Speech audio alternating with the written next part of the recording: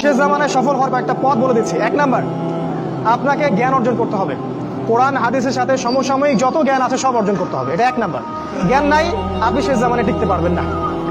যাদের কাছে এই জ্ঞান ছিল তারা কিন্তু মহামারীর আগেই প্রস্তুতি নিয়েছিল। আমি অনেক ওস্তাদকে চিনি, বাংলাদেশের আলেম, তারা এই 2020 সালের আগে হজ করে ফেলছে। তারা আগেই বুঝতে পারছে 20 সালে কিছু একটা হবে, 20 সালে পৃথিবীতে কিছু একটা হবে, তারা আগেই বুঝতে পারছে। কারণ শেষ জামানার পড়াশোনা করেছেন তারা, কার পর কি হতে যাচ্ছে এটা তারা বুঝতে পারছেন, অনুমান করতে পারছেন। তাই জ্ঞান ছাড়া আপনি শেষ জামানায় টিকতে পারবেন না ভাই। জ্ঞান অর্জন করুন, 1 নাম্বার। 2 নাম্বার, জ্ঞান অনুযায়ী আমল করেন। যতটুকু জেনেছেন আমল করেন, কালকের জন্য অপেক্ষা করবেন না। আজকেই নামাজ শুরু করে দেন, দেনা পাওনা থাকলে আজকেই মিটিয়ে দেন। আজকেই পরিবারের সবাইকে ডেকে ওয়াজ করেন, নসিহত করেন যে দেখো সামনের দিনগুলো ভয়ঙ্কর, আমাদের জীবনকে গোছাতে হবে, যা করেছি তওবা করে আল্লাহর কাছে ফিরে আসেন। আল্লাহ পাক গফুরুর রহিম, আপনি তওবা করে এইমাত্র চলে আসেন, আল্লাহ মাফ করে দিবেন ইনশাআল্লাহ। আপনাকে আল্লাহ পাক পরীক্ষা করবেন আপনি সত্যিকারে তওবা করেছেন কিনা। আপনাকে প্রমাণ করতে হবে নামাজের মাধ্যমে, জ্ঞান অর্জনের মাধ্যমে, ভালো কাজের মাধ্যমে, সদকা করার মাধ্যমে। সৎ কাজের আদেশ করবেন, অসৎ কাজে নিষেধ করবেন। আপনি ইসলাম পরিপূর্ণরূপে পালন করার চেষ্টা করেন। কোনো সরকার, কোনো সমাজ নেতা, কোনো রাষ্ট্রনেতা, কোনো পারিবারিক নেতা কেউ আপনার সাথে আপনার কবরে যাবে না। সোজা কথা, আপনাকে আল্লাহর সামনে একাই দাঁড়াতে হবে। কারো পরোয়া করে লাভ নাই, কোনো অজুহাত দিয়েও লাভ নাই। দেশটা ভালো না, বিশ্বটা ভালো না, সমাজটা ভালো না, সময় ভালো না, এগুলো বলে কোনো লাভ নাই। আমাকে আমার রবের সামনে দাঁড়াতে হবে। আমার ভালো আমাকে বুঝতে হবে। আমার ভালো, বাজারে গেলে একটা মাছ ভালো না খারাপ আপনি তো বোঝেন, তরকারি ভালো না খারাপ বোঝেন। দিনের ব্যাপারে বুঝতে চান না কেন? দিনের ব্যাপারে খালি হুজুরদের শরণাপন্ন কেন হচ্ছে? পড়াশোনা করেন, আমল করেন, আমল বাড়িয়ে দেন। দিন সময় নষ্ট করবেন না। যুবকদেরকে স্পেশালি বলবো, সময় নষ্ট করবেন না। শয়তান 3টা ধোঁকা দিবে যে পরে শিখে নিব, পরে করবো নি। শয়তান আসে বুঝাবে যে এখন কি আর বয়স হয়েছে, আগে পরে দেখা যাবে। শয়তান বুঝাবে আমি এগুলো জানি তো, আর জানার দরকার নাই, কিন্তু শয়তান বোঝাবে আপনাকে। এই শয়তানের ধোঁকায় পড়বেন না। সময়কে মূল্যায়ন করেন, আমল করা শুরু করেন, আল্লাহর ওয়াস্তে তওবা করে আল্লাহর দিকে ফিরে আসেন। আল্লাহ পাক তৌফিক দান করুন, আল্লাহুম্মা আমিন। 3 নাম্বার, সৎ কাজের আদেশ করেন, অসৎ কাজে নিষেধ করেন। পরিবার থেকে শুরু করেন। আপনি ব্যক্তিটা গড়ে তোলেন, পরিবারটাকে ইসলামিক পরিবারে গড়ে তোলেন। আপনার ছেলে, আপনার মেয়ে, আপনার স্ত্রী, আপনার সন্তান, আপনার বোন, আপনার মা, সবার ব্যাপারে মনিটরিং করেন, চোখে চোখে রাখেন। আপনি জানেন না আপনার ছেলেটা অনেক আগেই জেনাকারী হয়ে গেছে, আপনি টের পান নাই। ছেলের হাতে স্মার্টফোন তুলে দিচ্ছেন, ছেলে গোপনে গোপনে 10টা প্রেম করে, আপনি জানেন না। ও দুধ খায় না এখন, মনে করছেন যে ও দুধ খায়, ও অনেক ম্যাচিউরড হয়ে গেছে। আপনার মেয়েকে দেখে মনে হয় খুব পর্দা করে, দেখেন ভিতরে ভিতরে কোনো ছেলের সাথে সম্পর্ক তৈরি করে ফেলছে। অনেক ঘটনা ঘটে যায়, আমরা সরল মনে অনেক কিছু করি। আপনার ওয়াইফকে দেখেন, আপনি যখন বাসায় থাকেন না, কি করে না করে মনিটরিং করেন। টিভি বন্ধ করে দেন, সিরিয়াল টিরিয়াল বন্ধ করেন। এমন কারোর সাথে মিশতে দিবেন না যে আপনার ছেলেকে, আপনার মেয়েকে, আপনার বোনকে, আপনার মাকে বিপথে নিয়ে যাবে। কঠোর হন পরিবারের উপরে, কারণ আপনাকে আল্লাহ পাক আপনার পরিবার সম্পর্কে জিজ্ঞাসাবাদ করবেন, অবশ্যই জিজ্ঞাসা করবেন। বিশ্বাস করেন আল্লাহ পাক আমাদের মাঠে আপনাকে আপনার পরিবার সম্পর্কে জবাবদিহি করাবেন প্রত্যেকটা বিষয়। আপনি দাওয়াত দেন, চেষ্টা করেন, তারপরে যদি ছেলে বেলাইনে যায় সেটা তার ব্যাপার, ওর হিসাবও দিবে। নূহ আলাইহিস সালামের ছেলে কাফের হয়ে গেছে, ওর হিসাবও দিবে, সেটা আলাদা। কিন্তু আমাকে আমার চেষ্টা করতে হবে। পরিবার গড়ে তোলেন, সৎ কাজের আদেশ করেন, অসৎ কাজে নিষেধ করেন। 4, এই যে কোরআন এবং সুন্নাহর দাওয়াতটা পৌঁছে দেন মানুষের কাছে। দাওয়াতেই কাজ করেন ভাই, সময় নষ্ট করেন না। আপনি যে দল করেন বা যে সংগঠন করেন বা যে মাযহাব, যে তরিকায় থাকেন, আমার তাতে কোনো আপত্তি নাই, কিন্তু কোরআন সুন্নাহর দাওয়াতটা মানুষের কাছে প্রচার করেন। মূল বিষয়ে কোনো পার্থক্য নাই। এই দাওয়াত দেওয়ার সময় সাম্প্রদায়িক হবেন না।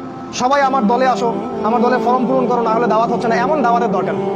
মানুষ ইসলামের দাওয়াত দেন, আল্লাহর দিকে ডাকেন, কোরআনের দিকে ডাকেন, সুন্নাহর দিকে ডাকেন, দেখবেন সমাজে একটা সাম্য চলে আসবে ইনশাআল্লাহ।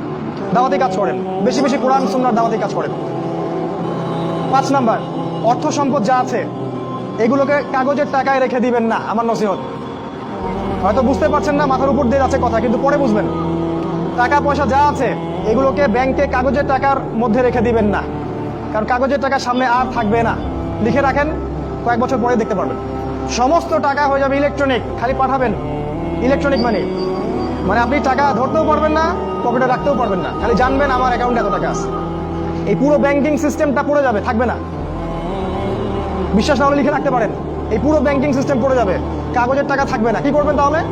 আপনি আপনার সম্পদটাকে সোনায় রূপান্তর করেন, কিছু সোনা করে রাখেন, জমায় রাখেন, রূপায় কনভার্ট করেন। এগুলোর দাম কখনো কমবে না।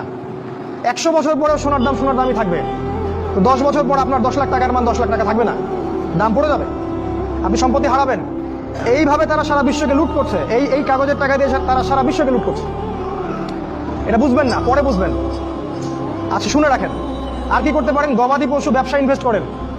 আরেকটা কাজ করতে পারেন, জমি কিনে রাখতে পারেন। এটা ভালো জিনিস। এই জিনিসগুলোতে টাকা কনভার্ট করেন। শেষ জামানায় আপনার কাগজের টাকা থাকবে না, আপনি ক্ষতিগ্রস্ত হবেন। এখন টাকা যদি জমায় রাখেন, শেষ জামানায় আপনি ক্ষতিগ্রস্ত হবেন। আমি অর্থনীতি নিয়ে যথেষ্ট পড়েছি আলহামদুলিল্লাহ, পড়েই কথাগুলো আপনাকে বলছি। আর কি করবেন? যদি সম্ভব হয় শহর, আপনারা তো গ্রামেই থাকেন মাশাআল্লাহ, শহরে যারা থাকে তাদের উদ্দেশ্যে বেশি বলছি এটা, কারণ এটা অনলাইনে যাবে। শহর কেন্দ্রিক জীবন ব্যবস্থা ত্যাগ করতে হবে। শহরে আপনি বাঁচতে পারবেন না, টিকতে পারবেন না। শহরগুলো ধ্বংস হয়ে যাবে। আল্লাহ পাক বলছে ওয়াইম মিন ক্বরিয়া ইল্লা নাহনু মুহলিকুহা ক্বাবলা ইয়াউমিল কিয়ামা, কিয়ামতের আগেই প্রত্যেক নগরী আমি ধ্বংস করে দিব। আল্লাহ পাক বলছে শহর থাকবে না। প্রত্যন্ত জায়গায় চলে যাওয়ার চেষ্টা করেন, গ্রামের বাসা ওইদিকে প্রজেক্ট করেন, ছোট ছোট মুসলিম কলোনি করে গড়ে তুলতে হবে। এই কাজগুলো করতে পারেন। আর কিছু করতে পারেন, শারীরিক প্রস্তুতি নেন। ফিজিক্যালি, যুবকদেরকে বলবো ফিজিক্যালি প্রস্তুতি নেন, ব্যায়াম করেন, ভালো খাবার খান, নিয়মতান্ত্রিক জীবনযাপন করেন, এলোমেলো জীবনযাপন করবেন না। আর নিয়মতান্ত্রিক জীবনযাপন করার সবচেয়ে উসওয়াতুল হাসানা হচ্ছে রাসূলুল্লাহ সাল্লাল্লাহু আলাইহি ওয়াসাল্লাম।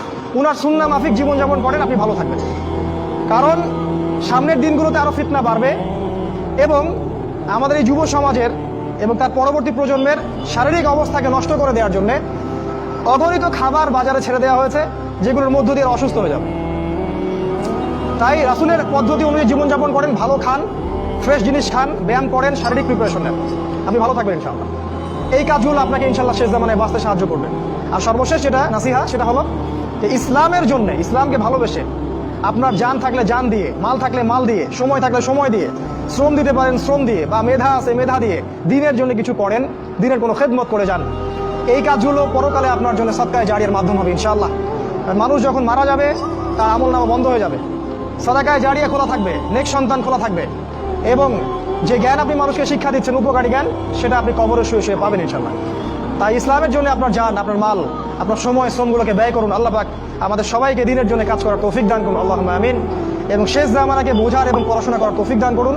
সামনের দিনগুলোর জন্য প্রস্তুতি নেওয়ার তৌফিক দান করুন। এবং যেভাবে পদক্ষেপ নিলে আমরা সার্ভাইভ করতে পারবো, ভালো থাকবো, বা ফিতনামুক্ত পরিবেশে বেঁচে থাকতে পারবো, ঈমান আমল হেফাজত করতে পারবো, সেগুলো আল্লাহ পাক করার আমাদেরকে তৌফিক দান করুন, আল্লাহুম্মা আমিন।